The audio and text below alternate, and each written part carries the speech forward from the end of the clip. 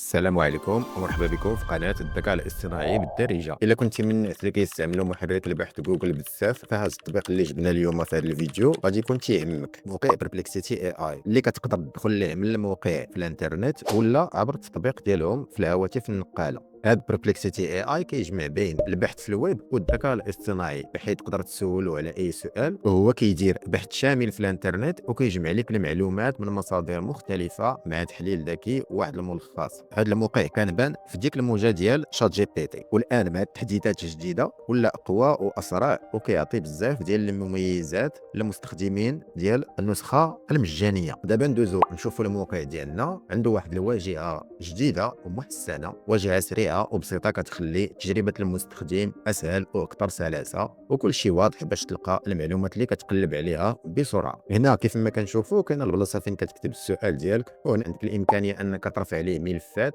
وهذه الملفات تقدر تكون صور ولا تكست ولا بي دي اف.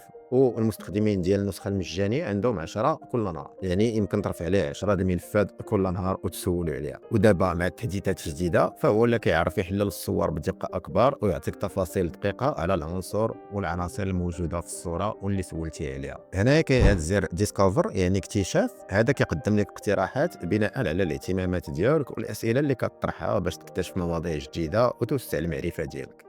هنا كاين هاد سبيسز، ما غاديش نهضروا عليها حيت ما كنستعملوش النسخه المدفوعه، ولكن هنايا كاينه لايبراري اللي هي كتجمع لك الهيستوريك ديالك وكاع الاسئله اللي سولتي، باش الا شي نهار بغيتي تعاود ترجع تدخل وتشوف داك الشيء ولا تشوف المصادر ولا تقلب في شي حاجه كتلقى داك الشيء قريب لك. انا صراحه اللي كيعجبني في هذا التطبيق هو كيرد على الاسئله بسرعه خارقه، الشيء اللي كيخلي يوفر عليك بزاف ديال الوقت. ماشي بحال الا قلبتي في جوجل خاصك تبقى كتقلب في المصادر وتدخل لهاد السيت وتخرج من هاد السيت باش تقلب على ديك المعلومه اللي بغيتي. حاجه اخرى عاوتاني اللي كتعجبني فيه هو انه ما كاينينش الاشعارات، او اللي كيف ما كنعرفوا دابا جوجل هذوك لي سيت اللي كيعطيك في الاول كيكونوا اغلبيتهم سبونسوريزي، يعني سيتات كيخلصوا جوجل باش يبانوا في الاول. وشحال من مره ما كتلقاش المعلومه اللي كتقلب عليها في هذوك لي سيت، خاصك تمشي حتى لاباج ثانيه ولا الثالثه ولا هذا وتبقى كتقلب باش تلقى هذيك المعلومه. هنا بربلكسيتي كيحيد عليك هذه الخدمه هذه كامله. دونك ملي كطرح عليه واحد السؤال كيقلب هو في انترنت وكيمشي كيشوف المصادر وكيلقاهم، ملي كيحطهم ملي كيقول لك ها هما المصادر، انت هي شوفهم ديك الساعه ودخل وشوف وقرا مع راسك كل واحد فيهم، وكيعطيك واحد النبذه واحد الملخص زوين على داك الشيء كامل اللي هضرتي عليه. ومن فوق هذا الشيء كامل كيعطيك اسئله اللي هي مرتبطه بداك الموضوع اللي قلبتي عليه، يعني يمكن تدخل ليها وتقلب منها وتشوف حاجه جديده وتعرف وتوسع المعرفه ديالك. وبهذا الشيء كامل اللي قلنا في الان راه الموقع ديال بيربلكسيتي اي اي ولا كيبان بحال واحد المنافس قوي لموقع البحث ديال جوجل. وكاينين بعض الدراسات اللي كتشير ان المستخدمين اللي جربوا بيربلكسيتي لاحظوا دقه في الاجوبه وسرعه استجابه افضل